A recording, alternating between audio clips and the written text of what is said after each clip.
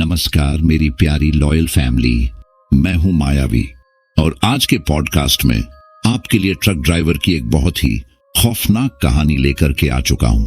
साथियों, यह कहानी केवल एक ट्रक ड्राइवर की ही नहीं है, बल्कि वह ट्रक ड्राइवर अपने साथ उस हादसे में एक खौफनाक सच्चाई से भी रूबरू होता है। उस खौफनाक सच्चाई से जो हमारे देश को दो टुकड़ों में बांटती है, लेकिन उस दर्द को आज तक कोई नहीं जान पाया कि उस रात को क्या हुआ था। और आज वही सच्चाई एक ट्रक ड्राइवर के अनुभव से आपके सामने आने वाली है, जिसे सुनकर आपके भी होंठ कांप कांप आ जाएंगे। खैर साथियों, जिस ट्रक ड्राइवर के साथ यह भयानक हादसा हुआ उसका नाम है हरीश, और वो इस हादसे के दौरान वह अकेला नहीं था, बल्कि उसका एक हेल्पर भी था। उसका नाम था राजा। तो हरीश ने अपने साथ बीती हुई यह घटना हमारे साथ शेयर की है। हरीश कई सालों से ट्रक ड्राइवर का काम करता हुआ आ रहा है और उसने भी अपने कई ट्रक ड्राइवर भाइयों के साथ घटी हुई ऐसी कई घटना सुनी थी, लेकिन वह कभी भी इन चीजों पर यकीन नहीं करता था। उसे इतने साल ड्राइविंग करते हो गए थे, लेकिन कभी उसने अपने साथ ऐसा कोई भयानक अनुभव नहीं किया था। तो उसका यही मानना था कि कई ट्रक ड्राइवर केवल झूठ बोलते हैं और उनकी बातों में कोई सच्चाई नहीं होती है। क्योंकि मुझे तो ट्रक चलाते हुए इतने साल हो गए, लेकिन आज तक कभी किसी आत्मा, छलावा या किसी भूतिया ढाबे से सामना नहीं हुआ है। लेकिन साथियों, वह कहते हैं ना कि जब मुसीबत आती है तो वह बताकर थोड़ी ना आती है, और ऐसा ही कुछ हरीश के साथ हुआ।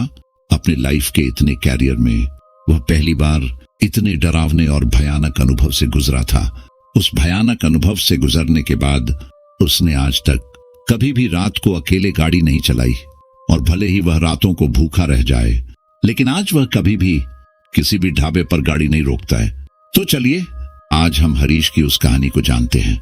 लेकिन उससे पहले मैं आपसे कहूंगा कि अगर अब तक भी आप हमारे फैमिली मेंबर नहीं बने हैं तो चैनल को सब्सक्राइब करके इस रिश्ते की गांठ को और मजबूत कर लीजिए, ताकि हर रोज शाम के शाम आपको बेहतरीन से बेहतरीन कहानियां सुनने को मिल सके। और हाँ, जितने भी लोग कहानियां सुन रहे हैं वह अपने एक प्यारा सा कमेंट जरूर कर दें और बताएं कि यह स्टोरी आपको कैसी लगी है, और उसके बारे में अपने विचार प्रकट करें। तो चलिए अब हरीश के साथ घटी उस घटना को मैं आपको अपने पर्सपेक्टिव से ही सुनाता हूं। तो स्टोरी है एक ट्रक ड्राइवर हरीश और उसके हेल्पर राजा की। तो सबसे पहले मैं आपको हरीश का थोड़ा सा परिचय करा देता हूं। हरीश उत्तर प्रदेश के गोरखपुर का रहने वाला है। वह पेशे से एक ट्रक ड्राइवर है। ट्रक ड्राइविंग के चलते उसे कई कई दिन घर से बाहर रहना पड़ता है।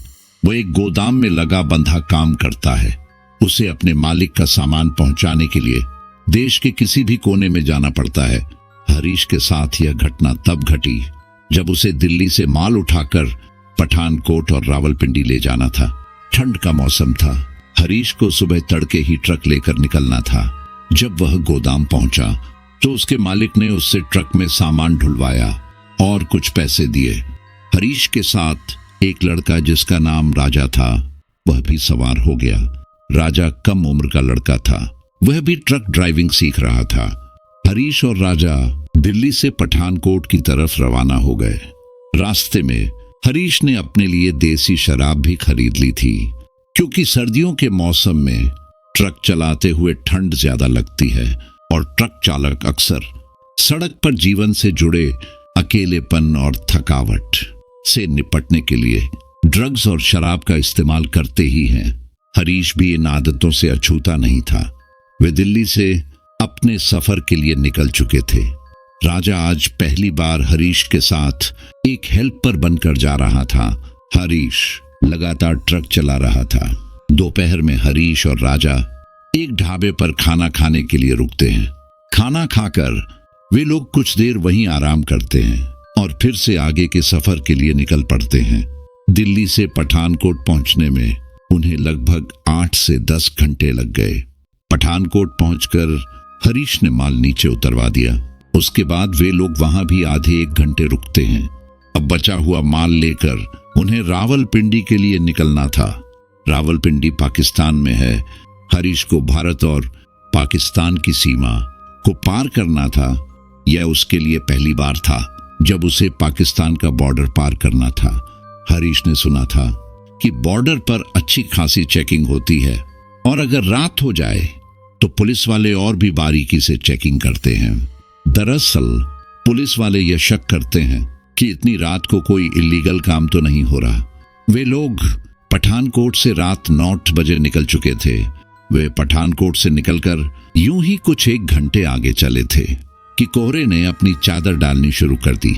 हरीश के लिए कोहरे में ट्रक चलाना और भी मुश्किल होने वाला था। वहीं हरीश यह भी सोच रहा था कि ज्यादा रात होने से पहले ही वह पाकिस्तान का बॉर्डर पार कर ले तो अच्छा है, लेकिन कोहरे की वजह से वह मीडियम स्पीड में ही ट्रक चला रहा था। पठानकोट से निकलते ही हरीश को एक बाजार दिखा। वहां उसने एक हलवाई से रावलपिंडी जाने के लिए पाकिस्तान बॉर्डर का शॉर्टकट पूछा। उस हलवाई वाले ने बताया बॉर्डर यहां से कम 170 किलोमीटर पर है। हरीश ट्रक स्टार्ट करके आगे बढ़ता है। उसे लगा कि 2-2.5 घंटे में तो वो बॉर्डर तक पहुंच ही जाएगा, लेकिन कोहरा तेजी से बढ़ रहा था, जिसके चलते उसे अपने ट्रक की स्पीड और भी हल्की करनी पड़ी। हरीश और राजा को भूख भी लग रही थी, क्योंकि उन्होंने बॉर्डर जल्दी पार करने की वजह से खाना नहीं खाया था। राजा का यह पहला अनुभव था, इसीलिए उसे और भी ज्यादा भूख लगी थी। अब जब हरीश ने देखा कि देर तो हो ही गई है, तो क्यों ना खाना ही खा लूं। लेकिन दूसरी मुसीबत यह थी कि रात गहराने लगी थी। ऐसे में किसी ढाबे या दुकान का खुला होना मुमकिन नहीं था। निराश हरीश धीरे धीरे अपने ट्रक को आगे बढ़ा रहा था। अचानक उसकी नजर कोहरे को काटती हुई जलती एक रोशनी पर पड़ी। आसपास का इलाका जंगली और सुनसान ही था, लेकिन उस रोशनी को देखकर हरीश ने उस रोशनी की तरफ जाने का इरादा किया। जब वह उस रोशनी तक पहुंचा तो पाया कि यह तो एक ढाबा है। एक पुराना छप्पर का लकड़ी से बना ढाबा, काफी पुराना मालूम होता था। ढाबे के बाहर चारपाई के साथ मेज कुर्सियां भी पड़ी थीं। ढाबे के बाहर आग जल रही है। एक चारपाई पर बैठे 2-3 लोग खाना खा रहे हैं। गर्मा गर्म रोटी और कड़ी की खुशबू चारों तरफ फैल रही है। हरीश और राजा ढाबे को देखकर खुश हो गए। हरीश ने अपने ट्रक को सड़क के किनारे लगाया। उस ढाबे पर एक औरत रोटियां सेक रही थी और एक आदमी कड़ी चला रहा था। वहां 2 छोटे लड़के भी थे जो लोगों को खाना परोस कर दे रहे थे। ये दोनों लड़के उसी खाना बनाने वाले औरत और आदमी के बच्चे थे, सोनू और मोनू। हरीश और राजा ने ट्रक को एक साइड लगा दिया और उस ढाबे में गए। हरीश ने एक लड़के से पूछा, खाने में क्या क्या है? वह लड़का बोला, कड़ी है, चावल है, रोटी है और दाल है। बताओ क्या ला कर दूं? हरीश ने कहा, एक काम कर, कड़ी और रोटी ले आ। उसकी खुशबू बहुत अच्छी आ रही थी। वह लड़का अपनी मां के पास चला गया और हरीश ने राजा से कहा कि ट्रक में जाकर उसकी शॉल ले आए। राजा ट्रक से शॉल लेने चला गया। इधर हरीश खुद ढाबे से अलग बने एक शौचालय में चला गया। हरीश जब बाहर आया तो देखा चारों तरफ सन्नाटा है। वहां ढाबा तो है और खाना भी पक रहा है, लेकिन वहां कोई इंसान नहीं है। हरीश मन ही मन सोचता है, अरे सब लोग कहां चले गए? हरीश इधर उधर देखता हुआ चारपाई पर बैठने जाता है तो देखता है कि थाली में खाना लगा हुआ है, कड़ी और रोटी। हरीश सोचता है कि यह खाना मेरे लिए ही लगाया होगा, इसीलिए वह चारपाई पर बैठ जाता है। इधर से जब राजा आता है तो वह भी सन्नाटे भरे माहौल को देखकर हैरान होता है। राजा हरीश से कहता है, मालिक, यहाँ के लोग कहाँ गए? अभी तो यहीं थे। हरीश कहता है, अरे होंगे यहीं कहीं, तू आ और गर्मा गर्म खाना खा। हरीश इतना कहकर रोटी खाने लगता है। राजा को अब भी माहौल में गड़बड़ लग रही थी। राजा चारों तरफ देख रहा था और मन ही मन कहता है, बड़ी अजीब बात है, ढाबे को ऐसे ही छोड़कर चले गए। राजा को खोया हुआ देख हरीश एक बार फिर उसे आवाज लगाता है, अरे क्या बात है, तुझे भूख नहीं लग रही? राजा कहता है, हाँ आया मालिक। राजा भी हरीश के साथ खाना खाने बैठ जाता है। दोनों खाना खा रहे थे, तभी हरीश के गले में खाने का फंदा लगा और वो खांसने लगा। राजा ने बराबर में रखी मेज से पानी का जग उठाया तो वो खाली था। हरीश खांसे जा रहा था। वह राजा से इशारे से पानी मांगता है। राजा घबराता हुआ इधर उधर देखता है कि पानी कहां से लाए। फिर उसकी नजर ढाबे के अंदर रखे एक बड़े से पानी के ड्रम पर पड़ती है। राजा भागता हुआ ड्रम से पानी लेने जाता है। जैसे ही वो ड्रम का ढक्कन उठाता है, उसकी चीख निकल जाती है, क्योंकि उसमें पानी नहीं, खून था। उस ड्रम में एक कटा हाथ तैर रहा था। ऐसा खौफनाक नजारा देख राजा भागता हुआ हरीश के पास वापस आता है। राजा पसीने से तरबतर बोलने की कोशिश करता है, लेकिन उसके मुंह से कुछ नहीं निकलता। राजा बस ढाबे के अंदर की तरफ इशारा करता है। राजा के इशारा करने पर हरीश भी उठकर उस ड्रम को देखता है, लेकिन खाली ड्रम दिखता है। हरीश चिल्लाकर कहता है, क्या कह रहा है तू? इसमें पानी तो है ही नहीं। इतना कहकर हरीश ढाबे के बाहर आ जाता है। हरीश ढाबे के आसपास लोगों को ढूंढता है और कहता है, अरे सब लोग कहां मर गए? तभी हरीश की नजर ढाबे के बराबर में बने कुएं पर पड़ती है। हरीश पानी का जग उठाकर राजा के हाथ में देता है और कहता है कि वह जाकर कुएं से पानी ले आए। तभी राजा घबराता हुआ कहता है, मालिक, मैंने अंदर कटा हुआ हाथ और खून से भरा ड्रम देखा। हरीश राजा पर हंसता है और कहता है, तुझे तो बिन पिए ही छड़ गई है। मैंने वहां देखा, कुछ भी नहीं है, पानी की एक बूंद तक नहीं है, और तू खून की बात करता है। बिना नशे के ही नशे में है। ट्रक चलाना तेरे बस की बात नहीं। जाकर पानी लेकर आ और यह खाना खत्म कर। हमें आज ही बॉर्डर पार करना है। राजा चुपचाप जग लेकर कुएं के पास चला जाता है। राजा मन ही मन सोचता है, क्या वह मेरा वहम था? मालिक को कुछ भी नहीं दिखा। राजा यही सोचते सोचते कुएं से बंधी बाल्टी कुएं के अंदर डालता है, लेकिन जैसे ही वह उस बाल्टी को बाहर निकालता है, वह एक बार फिर डर जाता है। राजा अपने हाथ से बाल्टी को कुएं में ही फेंक देता है और चीखता चिल्लाता हुआ हरीश के पास वापस आ जाता है। राजा कहता है, मालिक, यहां से जल्दी चलो। मैं आपसे कह रहा था, यहां कुछ गड़बड़ है। हरीश तुरंत खड़ा हो जाता है और राजा से पूछता है, क्या क्या हुआ है? तू इतना घबराया हुआ क्यों है? कोई भूत देख लिया है क्या?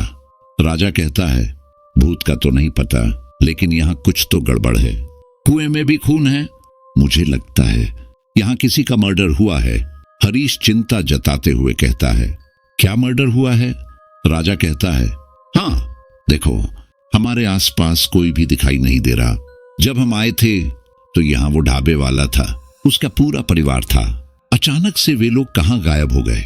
हरीश भी इसी बात को काफी देर से नोट कर रहा था कि हाँ, काफी देर हो गई, कोई भी नजर नहीं आ रहा। तभी हरीश और राजा दोनों को चीखने चिल्लाने की आवाज आने लगी। ऐसा लग रहा था जैसे कहीं लड़ाई हो रही हो। ऐसा शोर सुनकर हरीश और राजा डर गए। राजा बोला, मालिक, यह आवाज कहां से आ रही है? कहीं झगड़ा हो रहा है।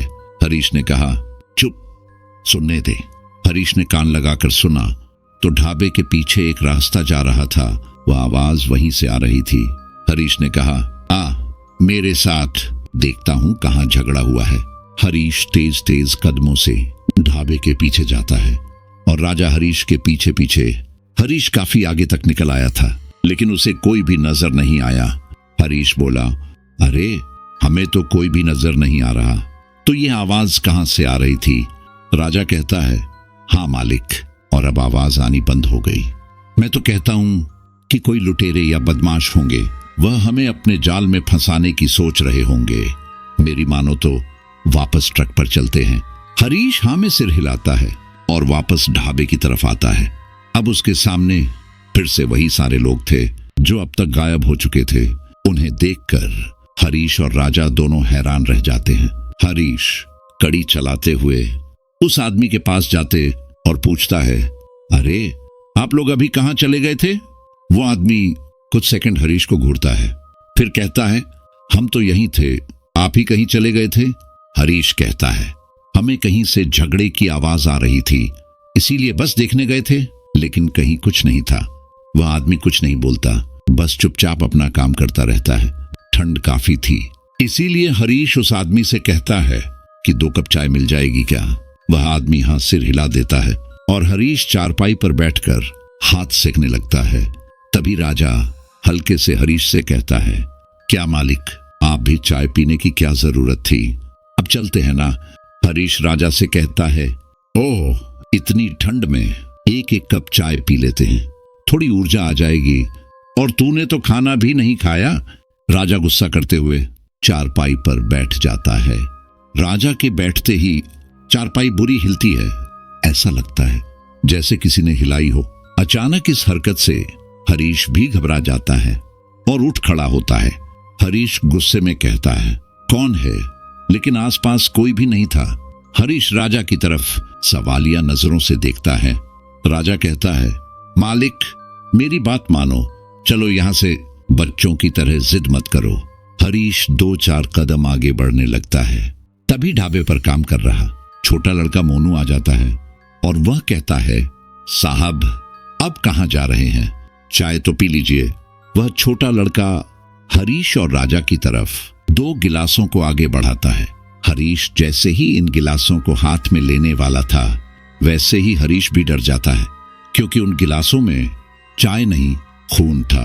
राजा घबराता हुआ कहता है, देखा मालिक, मैंने कहा था ना, यहां कुछ तो गड़बड़ है, जल्दी चलो। हरीश और राजा भागते हुए अपने ट्रक की तरफ जाते हैं, लेकिन ये क्या, उनका ट्रक वहां खड़ा ही नहीं था। हरीश चिल्लाता है, राजा, अपना ट्रक कहां है? राजा इधर उधर देखता है और कहता है, मालिक, मुझे नहीं पता, हमने तो यहीं खड़ा किया था।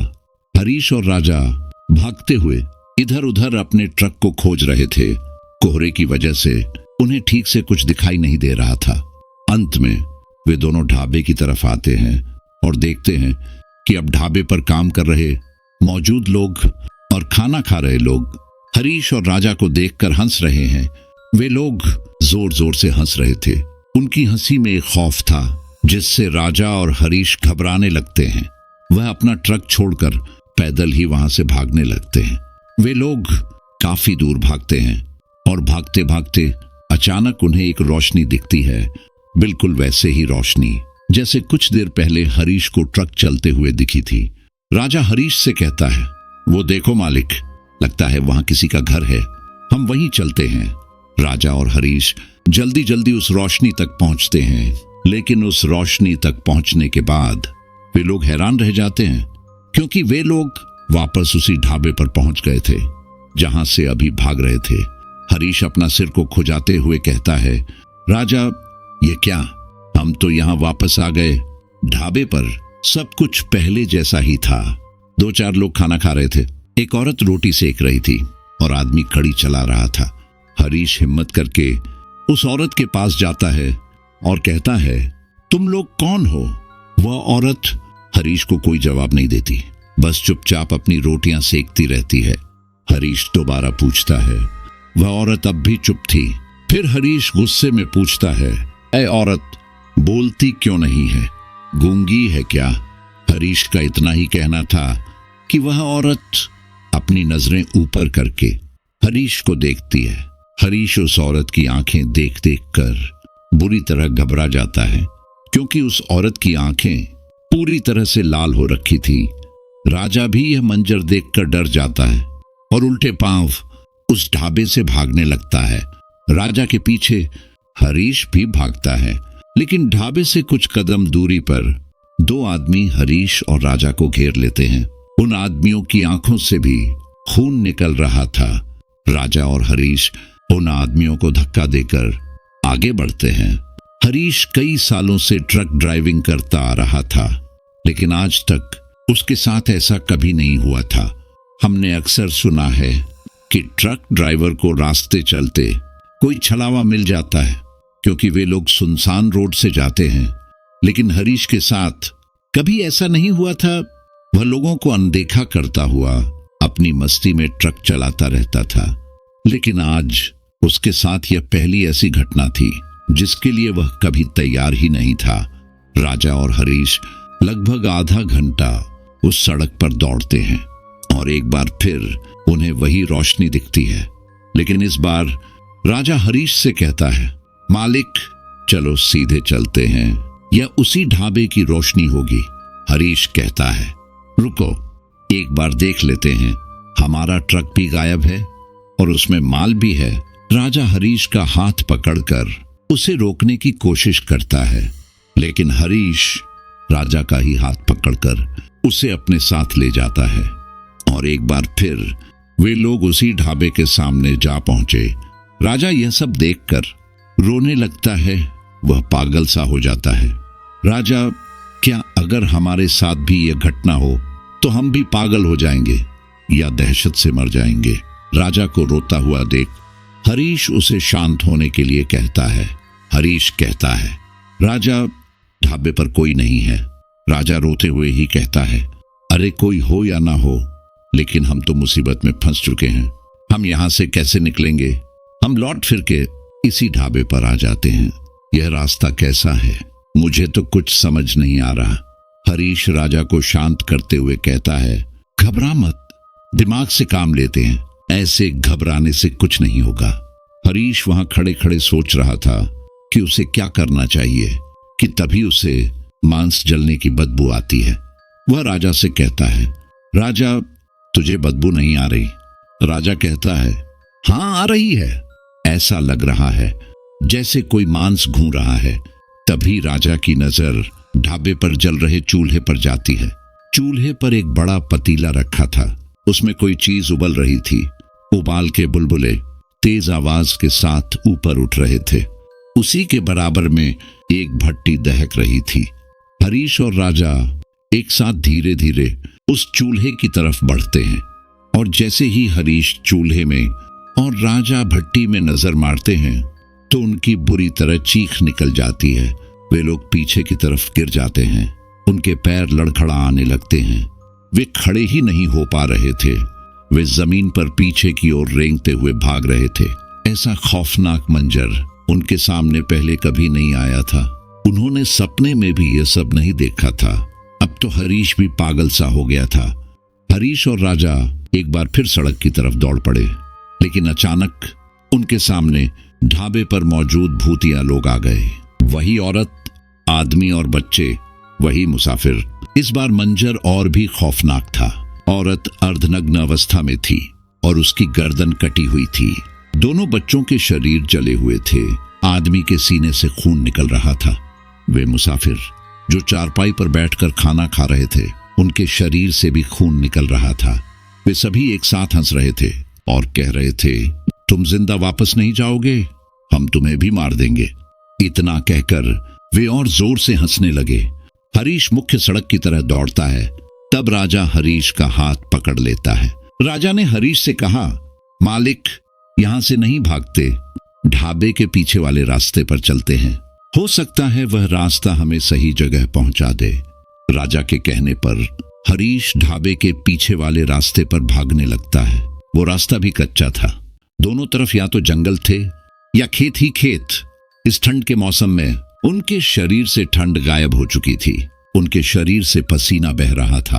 हरीश और राजा थोड़ी ही दूर जाते हैं कि उन्हें वहां अब एक नहीं, बहुत सारी रोशनी नजर आने लगती है, लेकिन कोहरे की वजह से वे ठीक से देख नहीं पाते।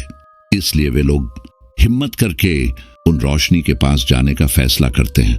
कोहरे को काटते हुए जब वे लोग आगे बढ़ते हैं तो देखते हैं कि यहाँ तो घर हैं, छप्पर वाले घर, मिट्टी के घर और गौशाला भी है। राजा कहता है, लगता है यह कोई गांव है। हरीश कहता है, हाँ, चल आगे बढ़कर देखते हैं, हो सकता है किसी से मदद मिल जाए। जब ये लोग कुछ आगे जाते हैं तो इन्हें और भी घर दिखते हैं। हरीश तसल्ली से कहता है, अच्छा है, हम उस भूतिया ढाबे से निकल कर आ गए। हरीश और राजा को लग रहा था कि वे लोग भूत से बचकर एक सुरक्षित जगह पर आ गए हैं। हरीश ने एक घर का दरवाजा खटखटाया। काफी देर खटखटाने के बाद आखिरकार दरवाजा भी खुला। सामने एक अधेड़ उम्र का आदमी खड़ा था। हरीश उस आदमी से बोला, काका, क्या मैं अंदर आ जाऊं? वह आदमी पीछे हट गया और हरीश को अंदर आने का इशारा किया। हरीश और राजा घर के अंदर चले गए। उस आदमी का घर अंदर से बहुत पुराने जमाने का था। पूरा घर मिट्टी का ही बना हुआ था, लेकिन घर में गरमाई थी। हरीश ने इस बूढ़े आदमी से कहा, काका, एक गिलास पानी मिल जाएगा? वह बूढ़ा आदमी कहता है, अभी लेकर आता हूँ। वो बूढ़ा आदमी हरीश और राजा के लिए पानी लेकर आता है। तभी अंदर के कमरे से एक बूढ़ी औरत निकल कर आती है और पूछती है, ऐ जी, कौन है इतनी रात को? वह बूढ़ा आदमी इशारे से हरीश और राजा की तरफ देखता है। उस बूढ़ी औरत के चेहरे पर एक कटीली मुस्कान थी। वह बूढ़ी औरत बोली, अच्छा, मेहमान आए हैं। बूढ़ी औरत की इस बात पर बूढ़ा आदमी भी मुस्कुराता है। हरीश घर के चारों तरफ नजर घुमाता है और कहता है, काफी पुराना घर लगता है आपका। वह बूढ़ा आदमी कहता है, हाँ, आजादी से पहले का है। यह सुनकर हरीश चौंक कर उस आदमी को देखता है और कहता है, क्या बात करते हो? अभी भी संजो के रखा है। मैं गोरखपुर के एक गांव का रहने वाला हूं। हमारे गांव में तो पक्के और बड़े घर बन चुके हैं। 8 वह बूढ़ा आदमी कहता है, अच्छी बात है। कहां से आए हो तुम लोग? हरीश कहता है, दिल्ली से। मैं एक ट्रक ड्राइवर हूं। मुझे रावलपिंडी जाना है। लेकिन इतना कहकर हरीश मायूस होकर चुप हो जाता है। वह बूढ़ा आदमी कहता है, लेकिन क्या? राजा कहता है, लेकिन हमारे साथ आज कुछ बहुत अजीब हुआ। वह बूढ़ा आदमी पूछता है, मतलब? राजा बताता है, हम पठानकोट से अपना ट्रक लेकर निकले थे और रास्ते में एक ढाबा दिखा। हमने सोचा कि वहां कुछ खा पी लेंगे, लेकिन वो ढाबा तो एक भूतिया ढाबा निकला। हम लोग जैसे तैसे करके अपनी जान बचाकर यहां तक आए हैं। वह बूढ़ा आदमी हैरानी से कहता है, तुम भूतिया ढाबे से बचकर आ गए? राजा कहता है, हाँ, बड़ी मुश्किल से यहां तक आए हैं, वरना बार बार उस ढाबे पर पहुंच जाते थे। राजा की इस बात पर बूढ़ी औरत कहती है, चलो अच्छा है तुम यहां आ गए, यहां कोई परेशानी नहीं है। राजा कहता है, हाँ काकी, किस्मत अच्छी थी जो गांव मिल गया, वरना पता नहीं आज क्या होता। शायद ढाबे के वह भूत हमें मार ही देते। तभी हरीश पूछता है, वैसे काकी, वह सच में एक भूतिया ढाबा है या फिर कोई छल? इस पर बूढ़ा आदमी बताता है, नहीं बेटा, वह सच में एक भूतिया ढाबा है, लेकिन वह ढाबा हमेशा से भूतिया नहीं था। वहां पर बहुत सारी आत्माएं हैं। शायद यह तुम्हारी खुशनसीबी थी कि तुम वहां से बच निकल यहां आ गए। खैर, अब तो तुम यहां आ चुके हो। राजा पूछता है, काका, वहां आत्माओं का वास क्यों है? क्या हुआ था उस ढाबे पर? वह बूढ़ा आदमी बताता है, यह आजादी के समय की बात है, सब जानते हैं।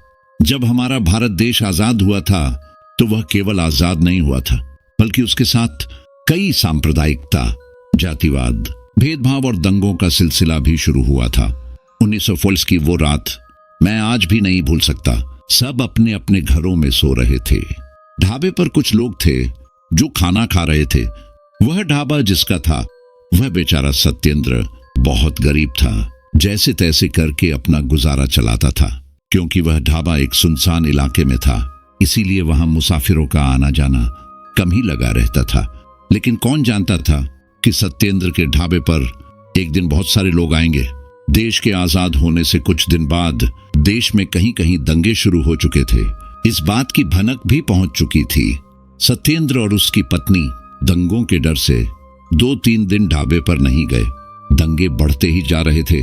रेडियो पर सुबह शाम बस यही खबर आती थी कि आज इतने लोगों की मौत हो गई, आज यहां आगजनी हो गई।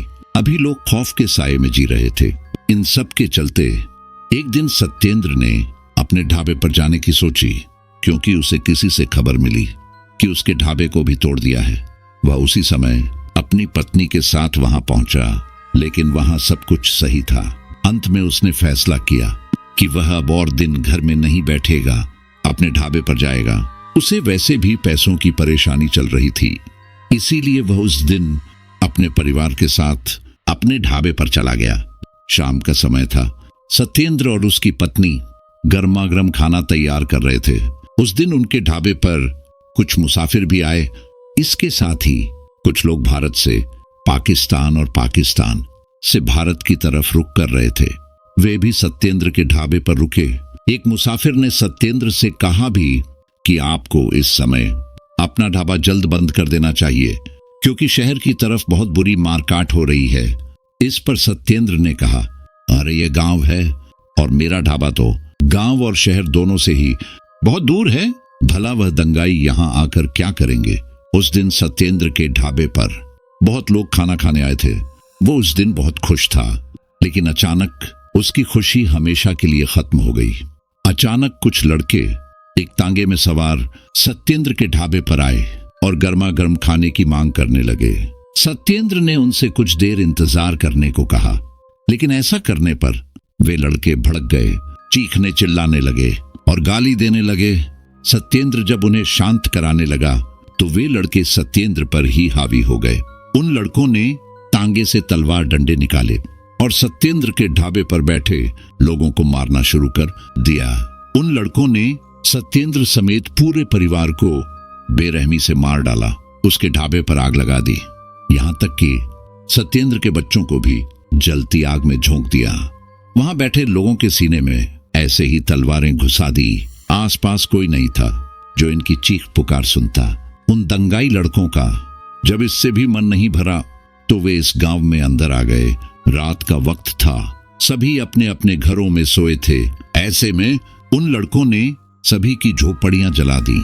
जहां उन्हें औरतें और लड़कियां दिखती तो उनके साथ दुष्कर्म करते, फिर उन्हें मार देते। गांव के लोगों को भागने का मौका तक नहीं दिया। उन जालिमों ने, सोचो वह रात कितनी भयानक थी। गांव के किसी आदमी ने नहीं सोचा था कि उनकी मौत ऐसे होगी। वो लड़के किसी भूखे शेर की तरह लोगों पर हमला कर रहे थे। अरे छोटे, दूध पीते बच्चे को भी नहीं बख्शा उन्होंने। ये सब बताते हुए वह बूढ़ा आदमी रोने लगा। ऐसी भयानक दास्तान सुनकर हरीश और राजा भी कांप उठे।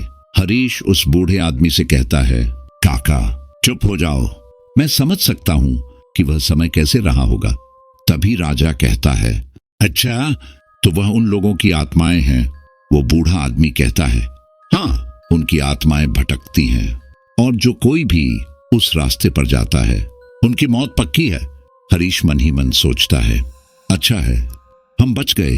हरीश मन ही मन भगवान को धन्यवाद करता है।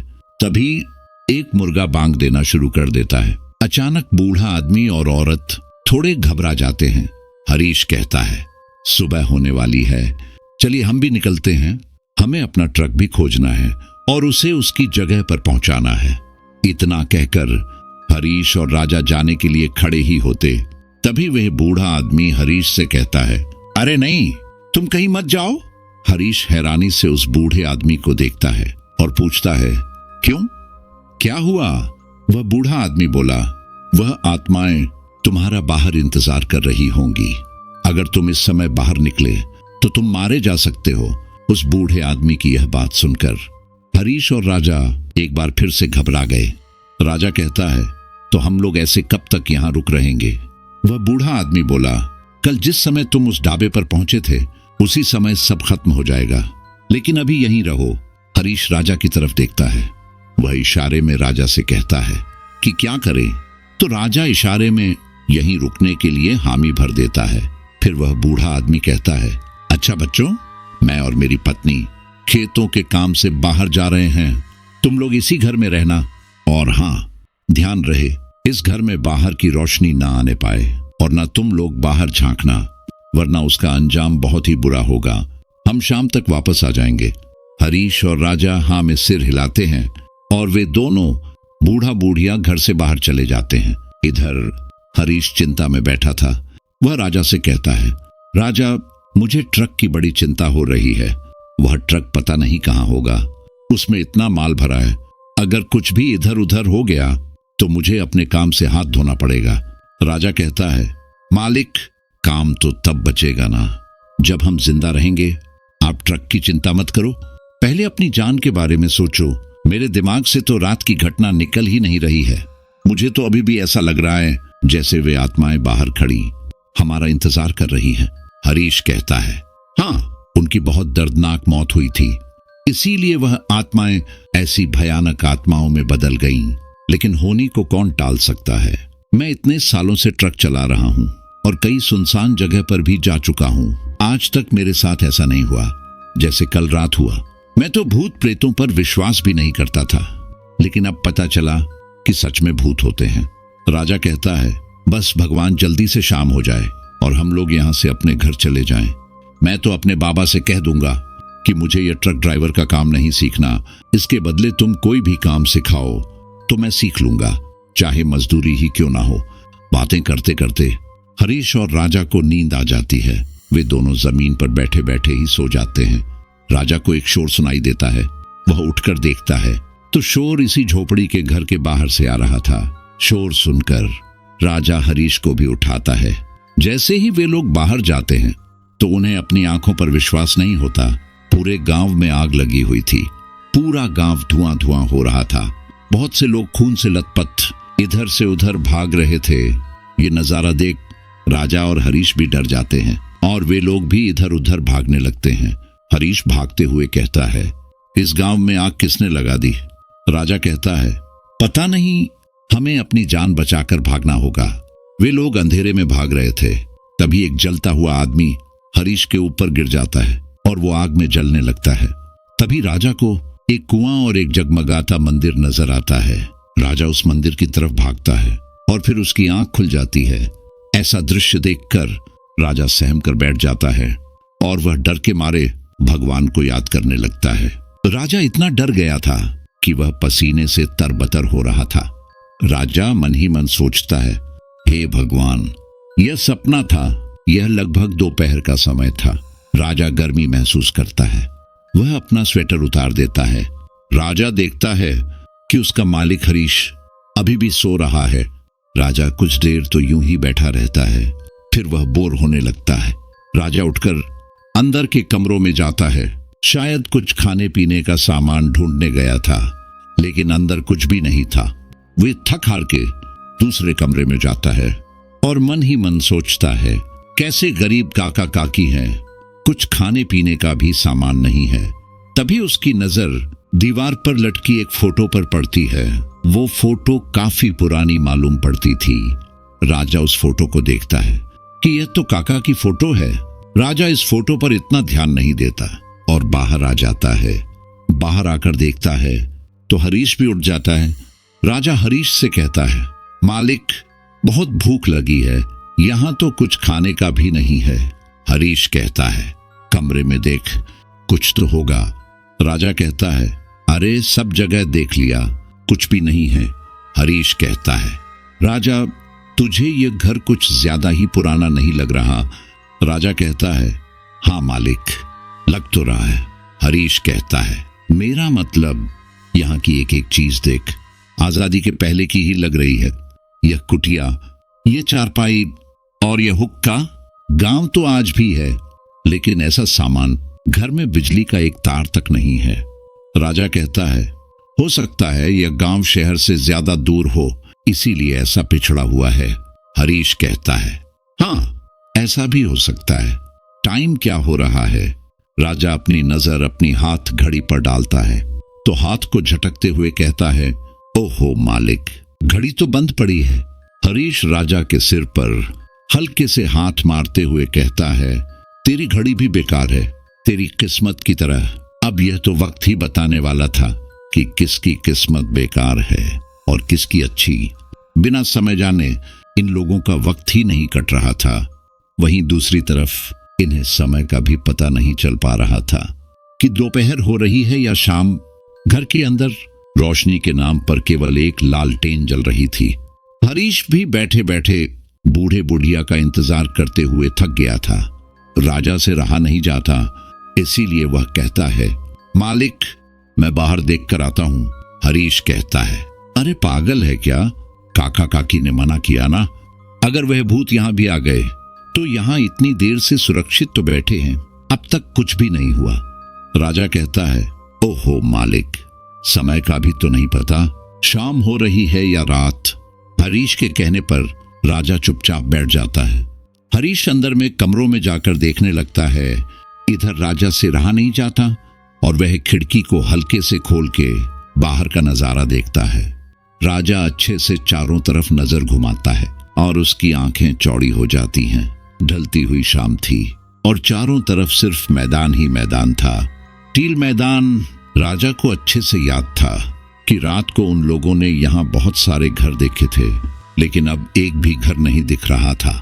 राजा झट से खिड़की बंद कर देता है और अपने आप से कहता है, यह कैसे हो सकता है? यहाँ तो आसपास कुछ भी नहीं है। कल रात तो मैंने बहुत सारे घर देखे थे। राजा जल्दी से हरीश को बुलाता है। राजा की आवाज सुनकर हरीश भी तुरंत बाहर आता है।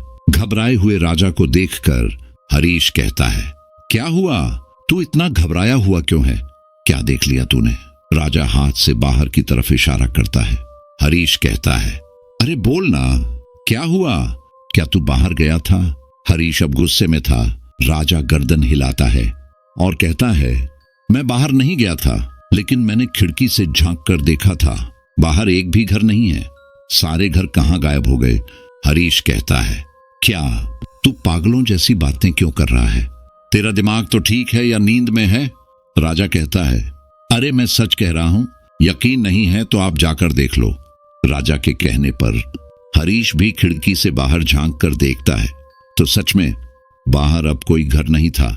हरीश कहता है, हाँ सही कह रहा है।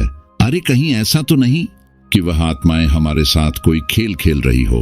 वह हमें साफ मैदान दिखाना चाहती हो ताकि हम घर से बाहर निकले और उनके चंगुल में फंस जाएं। याद नहीं काका काकी ने क्या कहा था कि वे आत्माएं तुम्हारा बाहर इंतजार कर रही हैं? राजा भी कहता है, हाँ हो सकता है, लेकिन अब क्या करें? हरीश कहता है, करना क्या है? काका काकी का इंतजार करते हैं और फिर अपना ट्रक देखने निकलेंगे। राजा कहता है, लेकिन उनका इंतजार क्यों करना? वह हमें कब तक उन भूतों से बचा लेंगे? काका चाहते तो रात को ही उन भूतों से बचने का रास्ता दिखा सकते थे, लेकिन नहीं, उन्होंने कहानी सुनाने में हमारा समय बर्बाद कर दिया। और जब दिन निकला और हमने सोचा अब हम सुरक्षित हैं, तो हमें निकलने से ही मना कर दिया। आपको ये बात अजीब नहीं लगती? अरे अभी भी समय है, अंधेरा होने वाला है, मेरी मानो तो निकल चलते हैं। हरीश कहता है, लेकिन काका की बात सही हुई तो? अगर हमारे बाहर निकलते ही वह आत्माएं हमारे पीछे पड़ गईं, तो हम क्या करेंगे? राजा गुस्से में कहता है, अरे जो होगा देखा जाएगा, मैं जा रहा हूं। इतना कहकर राजा दरवाजा खोलता है तो शाम पूरी तरह ढल चुकी थी और बाहर वही काका काकी खड़े थे। राजा उन्हें देखकर सहम गया। राजा लड़खड़ाती जबान से बोला, आप? वह बूढ़ा आदमी बोला, हाँ हम, ये घर हमारा ही है, तो हम ही आएंगे ना। राजा की हैरत की हद तब ना रही जब उसने बाहर की तरफ देखा। वो घर, वो गांव जो कुछ देर पहले तक यहां नहीं थे, वह वापस दिखने लगे थे। राजा की समझ से बाहर था कि आखिर ये हो क्या रहा है। वे बूढ़े काका काकी राजा से कहते हैं, क्या बात है? तुम बहुत घबराए हुए लग रहे हो, हमें अंदर तो आने दो। राजा 2 कदम पीछे हट जाता है।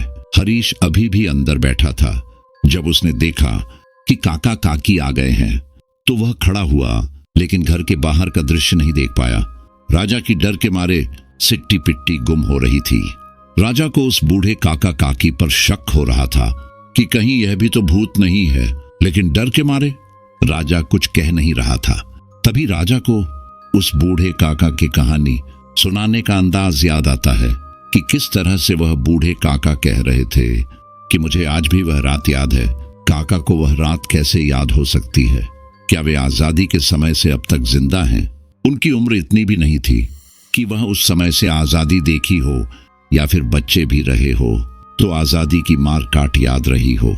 राजा वापस घर के अंदर आ गया। काका काकी अंदर के कमरे में चले गए। राजा हल्के से हरीश से बोला, इनसे पूछो कि हाईवे जाने का रास्ता कहां से है। हरीश ने कहा, हाँ उन्हें बाहर आने दो। जैसे ही काका काकी बाहर आए, हरीश ने तुरंत पूछा, काका हमें पूरा दिन हो गया, ट्रक में हमारा माल भरा है, हमें उसे रावलपिंडी तक पहुंचाना है, आप हमें हाईवे तक का रास्ता बता दीजिए, हम चले जाएंगे। उस बूढ़े आदमी ने कहा, अच्छा तुम्हें जाना है? हरीश और राजा ने हाँ में सिर हिला दिया। काका हल्के हल्के हंसने लगे और बोले, इतनी जल्दी भी क्या है? काका के ऐसा बोलने पर राजा को अपना शक हकीकत में बदलता हुआ दिखाई दिया। राजा हैरत भरी नजरों से उस बूढ़े आदमी को देखता है तो वह बूढ़ा आदमी मुस्कुराते हुए कहता है, अरे मेरे बेटा बहू आते ही होंगे, उनसे मिलकर चले जाना। राजा को बहुत गुस्सा आ रहा था क्योंकि यह बूढ़ा आदमी कैसे न कैसे करके इन्हें अपने घर से जाने नहीं दे रहा था और ना ही हाईवे का रास्ता बता रहा था। राजा गुस्से में कहता है, हम आपके बच्चों से मिलकर क्या करेंगे? आप हमारी परेशानी समझिए, हमें देर हो रही है, हमें अपने घर भी लौटना है। राजा के मुंह से ऐसा सुनकर वह बूढ़ा आदमी अजीब सा मुंह बना लेता है, जैसे उसे बहुत बुरा लगा हो। हरीश को राजा का इस तरह से बात करना अच्छा नहीं लगता। वह उस बूढ़े काका से कहता है, अरे काका, आप इसकी बातों का बुरा मत मानना, ये अभी बच्चा है। वैसे आपका बेटा और बहू कब तक आएंगे? वो क्या है ना, हमें भी अपने घर के लिए निकलना है। हमने आपको कल रात की बात तो बता ही दी है, बस आप ये बता दीजिए कि अब तो वह आत्माएं हमारा पीछा नहीं करेंगी। वह बूढ़ा काका काकी कुछ कहते, इससे पहले ही कोई उनके घर का दरवाजा खटखटा आता है। तभी बूढ़ा आदमी खुश होते हुए कहता है, शायद मेरा बेटा है। अब सबकी नजर दरवाजे पर होती है। जैसे ही वह बूढ़ा आदमी दरवाजा खोलता है, हरीश और राजा हैरान हो जाते हैं, क्योंकि उस बूढ़े आदमी का बेटा कोई और नहीं बल्कि वही सत्येंद्र था, जिसकी कहानी कल वह बूढ़ा आदमी सुन रहा था। यह वही सत्येंद्र था जिसके ढाबे पर दंगाइयों ने आग लगा दी थी। यह वही सत्येंद्र था जो हरीश और राजा की मौत के पीछे पड़ा था। दरवाजे पर न केवल सत्येंद्र था, बल्कि उसकी पत्नी लता और उसके दोनों बच्चे सोनू और मोनू भी खड़े थे। राजा घबराकर कहता है, मालिक, मैंने आपसे कहा था ना कि यहां से चलते हैं, लेकिन आपने मेरी एक नहीं मानी। अब आप मुझे मत रोकना, मैं जा रहा हूं। जैसे ही राजा बाहर की तरफ जाता है, वैसे ही उस घर का दरवाजा अपने आप बंद हो जाता है। राजा बहुत कोशिश करता है, लेकिन दरवाजा नहीं खुलता। तभी पीछे से उस बूढ़े आदमी की आवाज आती है। वह कहता है, कोशिश करना बेकार है, यह दरवाजा नहीं खुलेगा। कहकर बूढ़े आदमी के साथ सभी आत्माएं हंसने लगती हैं। धीरे धीरे वह आत्माएं भयानक रूप ले लेती हैं, ठीक वैसा ही रूप जैसे उनकी मौत हुई थी। उनकी हंसी इतनी डरावनी थी कि अब हरीश को भी पछतावा हो रहा था और वह भी रोने लगा था। हरीश राजा से कहता है, राजा, मुझे माफ कर दे, काश मैंने तेरी बात मान ली होती, तू सही था। राजा कहता है, अब पछताने से क्या फायदा, जब कहां था तब तो आपने मेरा साथ दिया नहीं। अब हम इनसे कैसे बचेंगे? वह बूढ़ा आदमी और उसका पूरा परिवार अब अपने असली रूप में आ चुके थे। सभी के शरीर से खून निकल रहा था और दोनों बच्चे जले हुए थे। यह मंजर देखकर हरीश और राजा वैसे भी घबराए हुए थे कि तभी बहुत तेज शोर की आवाज आने लगती है, जैसे कहीं झगड़ा हो रहा हो। यह आवाज बिल्कुल पिछली रात की तरह थी। हरीश और राजा समझ जाते हैं कि आज रात फिर एक बार खौफ का खेल शुरू हो चुका है। शोर की आवाज सुनकर वे बूढ़ा आदमी और उसका परिवार और जोर से हंसने लगते हैं। तभी उनके घर का दरवाजा भी अपने आप खुलने लगता है। हरीश और राजा तुरंत घर से बाहर की तरफ भागते हैं। अब इनके सामने बिल्कुल वही नजारा था जो कि राजा ने आज अपने सपने में देखा था। राजा को वह नजारा देखकर सब कुछ याद आने लगा। सभी झोपड़ियों में आग लग चुकी थी। लोग इधर से उधर भाग रहे थे। औरतें बुरी तरह चीख रही थीं। बच्चों के रोने की आवाजें आ रही थीं। ऐसा लग रहा था जैसे 1947 का वह दंगा आज फिर से भड़क गया। चारों तरफ लोगों की भीड़ और भगदड़ थी। हरीश और राजा 1947 की वह रात महसूस कर सकते थे, लेकिन महसूस करने के अलावा और कुछ भी नहीं कर सकते थे। हरीश और राजा भी ये मंजर देखकर भागने लगते हैं। भागते भागते अचानक एक जलता हुआ आदमी हरीश से टकराने वाला था, लेकिन राजा तुरंत हरीश को धक्का दे देता है। सब कुछ बिल्कुल राजा के सपने जैसा था। अब राजा अपने सपने के बारे में सोचता था कि एक जगह कुआं था और एक मंदिर भी था। इस शोर शराबे में राजा हरीश से चिल्लाकर कहता है, आपको कहीं कुआं या छोटा सा मंदिर दिख रहा है? हरीश कहता है, नहीं। लेकिन क्यों? राजा कहता है, उस कुएं के पास से ही सही रास्ता जाता है। हरीश कहता है, लेकिन तुझे कैसे पता? राजा चिल्ला के कहता है, वो सब छोड़ो, तुम कुआं या छोटा मंदिर ढूंढो। हरीश और राजा इधर से उधर भागते रहते हैं और कुएं को ढूंढते हैं। काफी भागने के बाद हरीश की नजर एक कुएं पर पड़ती है, जिसमें कुछ औरतें और बच्चे छलांग लगा रहे थे। वह मंजर काफी भयानक था, लेकिन राजा और हरीश हिम्मत करते हुए उस ओर बढ़ते हैं। कुएं के पास पहुंचने पर राजा मंदिर को ढूंढने लगा। तभी उसकी नजर कुएं के दूसरी तरफ बने एक मंदिर पर गई, जो काफी जर्जर हालत में था। उस मंदिर के ऊपर ना तो छत थी और ना ही कोई दरवाजा था, लेकिन हाँ, माँ वैष्णो देवी की मूर्ति जरूर स्थापित थी। राजा और हरीश उस मंदिर की तरफ बढ़े और तभी इनके पीछे वह सभी मरे हुए लोग आने लगे। जले हुए और कटे हुए लोगों की इतनी भयानक आत्माओं को देखकर हरीश सहम गया और एक जगह जड़ सा हो गया। राजा ने हरीश को पकड़कर जोर से हिलाया। राजा हरीश से बोला, मालिक जल्दी चलो, तुम्हें मरना है क्या? एकदम हरीश का ध्यान टूटा और वह भी राजा के साथ मंदिर की तरफ भागा। अंत में हरीश और राजा मंदिर के अंदर पहुंच गए और वे सभी आत्माएं जोर जोर से चिल्लाने लगी, लेकिन मंदिर के अंदर नहीं आ पाईं। राजा और हरीश मां वैष्णवी देवी के चरणों में ही गिर गए और बेहोश हो गए। सुबह हो चुकी थी। जैसे ही सूरज की किरणें हरीश के मुंह पर पड़ी, उसने अपनी आंखें खोली और अपने आप को एक हरे मंदिर में पाया। अचानक उसके सामने कल रात का सारा मंजर आने लगा। एक बार फिर उसका दिल दहल उठता है, लेकिन जब वह अपने आसपास देखता है तो सब कुछ शांत था। दूर दूर तक केवल मैदान ही था। वह जल्दी से राजा को उठाता है। राजा भी जब होश में आता है तो घबरा जाता है, लेकिन जैसे ही वह खड़े होकर अपने चारों तरफ देखता है तो उसका मन शांत होता है। राजा हरीश से कहता है, क्या अब हम सुरक्षित हैं? हरीश कहता है, हाँ, शायद अब वह गांव नहीं है। तुम सही थे राजा। राजा कहता है, मालिक तो अब हम चले? हरीश कहता है, हाँ, अब यहाँ रुकने से कोई फायदा नहीं है। आगे जो होगा देखा जाएगा। कब तक यूं ही अपनी मौत से भागते रहेंगे? हरीश और राजा मां वैष्णो देवी का आशीर्वाद लेते हैं और मंदिर से बाहर कदम रखते हैं। सब कुछ शांत था, लेकिन उनके मन में अब भी एक डर था कि आत्माएं फिर से ना आ जाएं। हरीश राजा से बोला, यहां तो समझ ही नहीं आ रहा कि हाईवे किस तरफ होगा। राजा कहता है, चलो देखते हैं, कहीं तो यह मैदान खत्म होता होगा। वे लोग चलते चलते काफी आगे तक आ जाते हैं। तब जाकर उन्हें कुछ औरतें नजर आती हैं। उन औरतों को देखकर हरीश और राजा एक दूसरे की तरफ सवालिया नजरों से देखते हैं, क्योंकि दोनों के मन में यह बात थी कि ये औरतें इंसान हैं या फिर आत्मा। राजा कहता है, आपको क्या लगता है, यह इसी गांव की आत्माएं तो नहीं हैं? हरीश कहता है, पता नहीं। राजा कहता है, नहीं, आत्मा नहीं हो सकती, वरना यह दिन में नहीं निकलती। और उस बूढ़े काका का यही मकसद था कि उसने हमें जानबूझकर दिन में नहीं निकलने दिया। अगर हम कल दिन में बाहर निकल जाते तो शायद हमें कल रात का सामना करना ही ना पड़ता और हम अपने ट्रक तक वापस पहुंच जाते। कहता है, ठीक है, चलो उन औरतों से ही पूछते हैं। हरीश और राजा उन औरतों के पास जाते तो हैं, लेकिन उनके मन में अभी भी डर था। उनके साथ हुआ ही कुछ ऐसा था कि अब वह किसी पर विश्वास नहीं कर सकते थे। लेकिन नहीं, इस बार ऐसा नहीं होता। हरीश उन औरतों से हाईवे का रास्ता पूछता है तो वे औरतें उन्हें सीधे सीधे हाईवे का रास्ता बता देती है। इसके बाद वे लोग एक ऑटो करते हैं और अपने ट्रक को ढूंढने निकल जाते हैं। उन्हें अपना ट्रक वही मिलता है जहां उन्होंने ढाबा देखा था, लेकिन अब वहां कुछ नहीं था। ना तो ढाबा था और ना ही कोई आत्मा, लेकिन उनका ट्रक जरूर खड़ा था। अपने ट्रक को देखकर हरीश के चेहरे पर मुस्कान आ जाती है।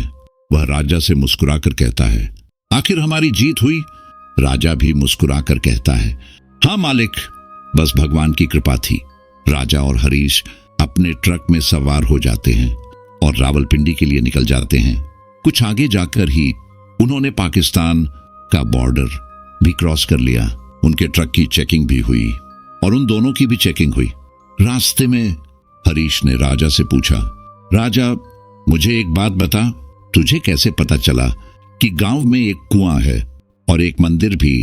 कहीं तू भी तो भूत नहीं? इस बात पर राजा हंसने लगता है और कहता है, क्या मालिक, आप भी मुझ पर शक करते हो? अरे जिस दिन हम उन बूढ़े काका काकी के घर सोए थे तब मुझे सपना आया था, और पता है सपने में मैंने क्या देखा था कि एक जलता हुआ आदमी आपके ऊपर गिर गया और आप भी उस आदमी के साथ जल गए। सपने में ही मैंने उस मंदिर को देखा था। शायद भगवान हमें बचाना चाहते थे, इसीलिए उस दिन सपने में ये सब कुछ दिखाई दिया। हरीश कहता है, हाँ, तेरा सपना सच्चा था।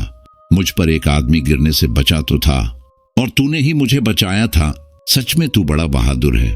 भगवान ने तेरे सपने में आकर हमारी मदद कर दी। लोग सही कहते हैं कि भगवान ना चाहे तब तक कोई किसी का बुरा नहीं कर सकता, चाहे कोई इंसान हो या फिर शैतान।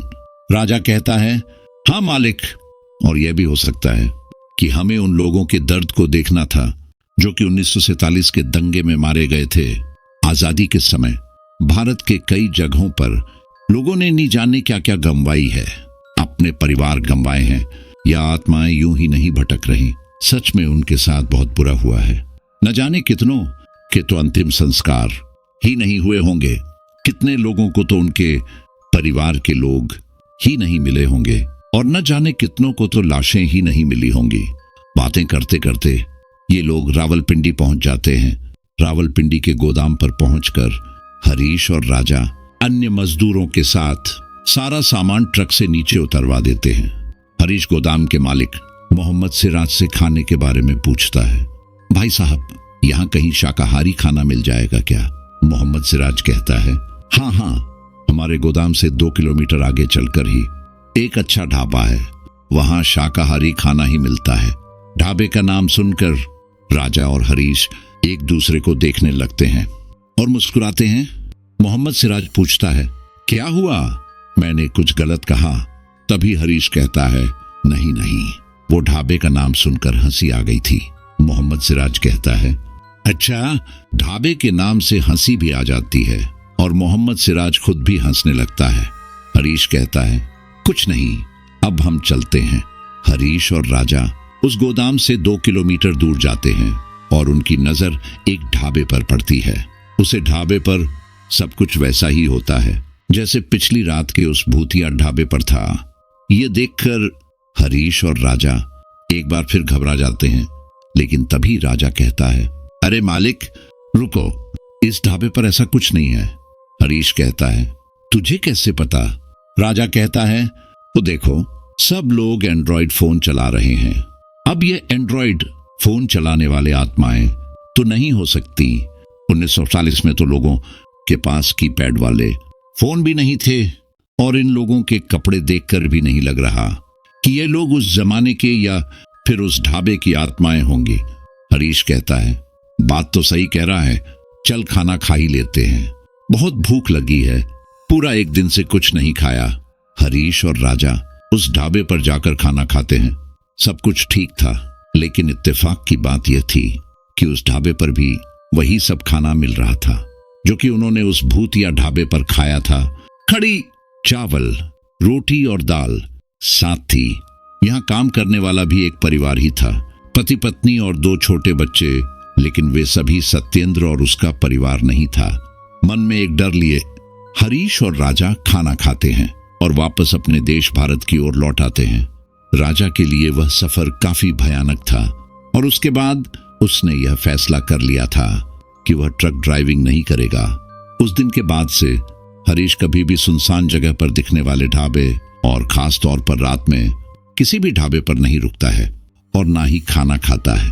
तो साथियों, हमारी आज की यह स्टोरी यहीं पर कंप्लीट होती है और मैं जानता हूं कई ट्रक ड्राइवर भाई भी इस कहानी को सुन रहे होंगे, तो वह तो इन चीजों को जरूर मानते हैं क्योंकि उन्होंने ऐसी कई चीजें अनुभव की होंगी और वह भी कभी किसी सुनसान ढाबे पर नहीं रुकते होंगे। साथियों, मुझे पूरा यकीन है कि यह स्टोरी आपको काफी पसंद आई होगी